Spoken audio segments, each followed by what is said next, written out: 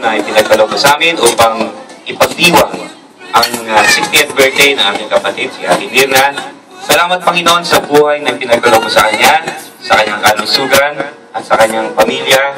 Dalangin namin, Panginoon, sa pagdiriwang ng kanyang karawan, naway ikaw patuloy na magbigay sa kanya ng masaganang buhay, malawig na buhay, Panginoon, at kalusugan, at naway kayo magkaloob ng mga pangailangan niya.